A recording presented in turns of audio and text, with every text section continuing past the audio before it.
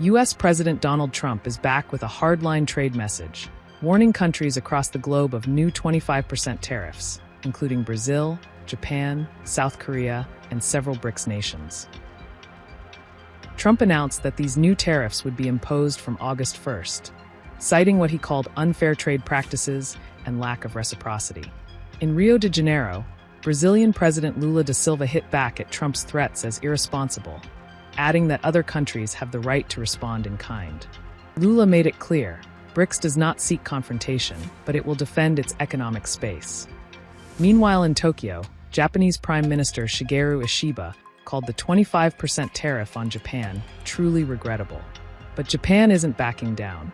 Officials say they'll fight to protect their export-driven economy in upcoming trade negotiations. South Korea is also bracing for impact, saying Trump's announcement effectively extends a grace period until August, and Seoul will use the time to intensify talks with Washington. Trump's team has already sent letters to 14 countries setting the so-called reciprocal tariffs. Interestingly, China remains exempt, for now, as the administration plans a different strategy for Xi Jinping's country. I would say firm. No, I would say firm, but not 100% firm. If they call up and they say, would like to do something a different way, we're going to be open to that. But essentially, that's the way it is right now, yeah. Are the tariff letters that you sent today final offers, or are they negotiable? More or less final offer. So South Korea, Japan should take it or leave it? We're always subject to negotiate something that's fair, but we've talked to most of the countries, and pretty much they've had their way for many, many decades, as you know. And it was time that we just wanted fairness. This is not really equitable from our standpoint because it's just a small token by comparison to the damage that's been done over the years. But we had no other president that was willing to do this. I did it in my first term with China and others. We took in hundreds of billions of dollars of tariffs. No inflation, the most successful period of time that we've ever had financially in the country. The first term.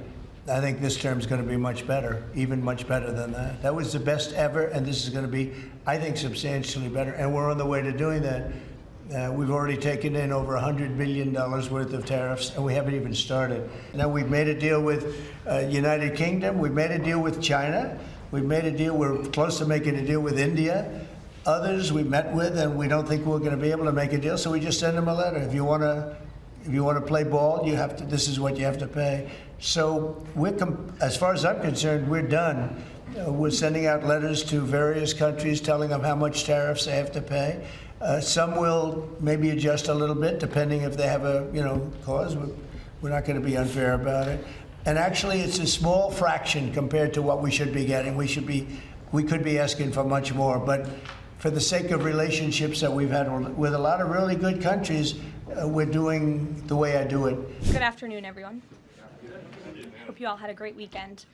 I have the signed letters that went out to both South Korea and Japan today, and there will be approximately 12 other countries that will receive notifications and letters directly from the President of the United States.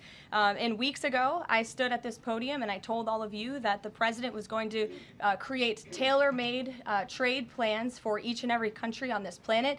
And that's what this administration continues to be focused on. The President will also sign an executive order today delaying the July 9th deadline to August 1st.